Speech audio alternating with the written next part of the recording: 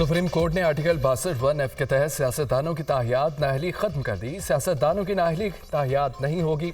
Article 62(1)(f) के तहत ताहियात नाअहली का फैसला वापस लिया जाता है। चीफ जस्टिस काजी फाइज ईसा ने महफूज फैसला सुना दिया। नवाज शरीफ और जहांगीर तरीन के ताहियात नाअहली भी खत्म। सुप्रीम कोर्ट ने 6 के तनासब से फैसला सुनाया। समीउल्लाह बलोच केस का फैसला भी खत्म कर दिया। इलेक्शन एक्ट के तहत नाअहली की मुद्दत 5 साल तक है। नाअहली की मुद्दत के कानून को जांचने की जरूरत नहीं है। आर्टिकल 62(1)(f) को आइन से अलग करके नहीं पढ़ा जा सकता। 62(1)(f) की कोई कानून वजाहत नहीं करता। सुप्रीम कोर्ट का अक्सरियती फैसला। चीफ जस्टिस काजी फाइज ईसा की सरबराही में 7 रुकनी बेंच ने केस की समाअत की। लार्जर बेंच में justice Mansoor Ali Shah, justice Yahya Afridi, justice Aminuddin Khan, justice Musarrat Hilali, justice Jamal Mandokhel, justice Mohammad Ali Mazhar भी बेंच का हिस्सा थे। आर्टिकल 62(1)(f) कोई आज खुद लागू होने वाली शिक नहीं है। यह आर्टिकल नाअहली के डिक्लेरेशन और मुद्दत के तयन का तरीका नहीं बताता। अदालती डिक्लेरेशन के जरिए 62(1)(f) की तशरीह इसको दोबारा लिखने के मुतरादिफ है। अदालती डिक्लेरेशन देने के हवाले से कोई कानूनी तरीकाकार मौजूद नहीं।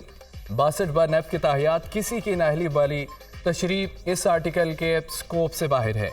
ऐसी तशरीह उम्मीदवार को वोट देने के बुनियादी हक को ख़त्म करती है। ऐसी तशरीह आर्टिकल 17 में दर्ज हकूक़ के खिलाफ है। जब तक कोई कानून 62(1)(f) को काबिल अमल बनाने नहीं बनता, उसकी हैसियत 62(1)(d), (e) और (g) जैसी है।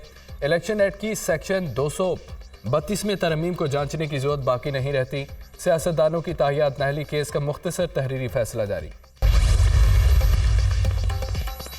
जस्टिस याहिया अफरीदी का ताहियात नाअहली अक्सरियती फैसले थे इख्तलाफ। एहतराम के साथ मैं अक्सरियती फैसले से मुत्तफिक नहीं हूँ। आर्टिकल 62(1)(f) की ताहियात नाअहली ताहियात है और ना ही मुस्तकिल। नाअहली अदालत फैसला मौजूद होने तक है। समीउल्लाह बलोच केस में आज खुद नतीजा कानूनी तौर पर दुरुस्त है। जस्टिस याहिया अफरीदी का इख्तलाफी नोट। जी, बड़ा खुशाइंद फैसला है और मैं समझता हूँ कि एक जो गैर नाइंसाफी हुई थी उसका तदारुक हुआ है। और उन्होंने जो अपना अर्लियर डिसीजन था समीउल्लाह बलोच का, जिसमें सुप्रीम कोर्ट ने एक ऐसी तशरीह कर दी जिसका आईनी शिकों से कोई ताल्लुक इसलिए नहीं था कि जो आईने पाकिस्तान में क्वालिफिकेशंस और डिसक्वालिफिकेशंस जो हैं इलेक्शन में हिस्सा लेने की, उनमें कहीं पे ये नहीं है कि वो ताहयात नाअहल कर दिया जाए किसी को। वहां पे टाइम मुकर्रर किए गए हैं या उस इलेक्शन की हद तक है या जो मैक्सिमम पीरियड है वो 5 इयर्स का है। सुप्रीम कोर्ट ने, मैं समझता हूं कि पिछले केस में भी जो supreme court practice and procedure है, उन्होंने अपनी अना का मसला नहीं बनाया। आजम नज़ीर तारड़ ने सुप्रीम कोर्ट के फैसले को खुशाइंद करार दे दिया। सुप्रीम कोर्ट ने उबाम दूर किया है। एक नाइंसाफी का अजाला हुआ है। आइन पाकिस्तान में कहीं नहीं लिखा किसी को ताहियात नाअहल कर दिया जाए। सुप्रीम कोर्ट ने इस कार्रवाई को अना का मसला नहीं बनाया बल्कि एक दब्बा धोया है। लीगी रहनुमा आजम नज़ीर तारड़ की दुनिया न्यूज़ से गुफ्तगू। सुप्रीम कोर्ट का नाअहली से मुतालिक दुरुस्त फैसला है। एक बड़ी गलती जो सुप्रीम कोर्ट ने की थी उसकी तलाफी हुई है। पनामा में नाअहली भी एक गलत फैसला था। सुप्रीम कोर्ट को चाहिए अपने बाकी फैसलों पर भी नज़रसानी करे।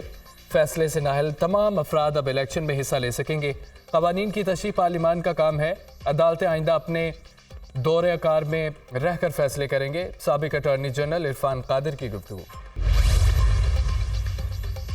आज सुप्रीम कोर्ट ने तारीखी फैसला दिया। आइन की मनपसंद तशरीह के जरिए नवाज शरीफ की ताहियात नाअहली की घरौनी साजिश तन तोड़ गई। मैं दिल की गहराइयों से अपने भाई और कायद को मुबारकबाद पेश करता हूँ। कायद नवाज शरीफ के इंतखाबात में हिस्सा लेने में अब कोई कानूनी रुकावट नहीं। नवाज शरीफ को दोबारा मौका मिला तो तरक्की और खुशहाली का सफ़र फिर से शुरू होगा। सदर मुस्लिम लीग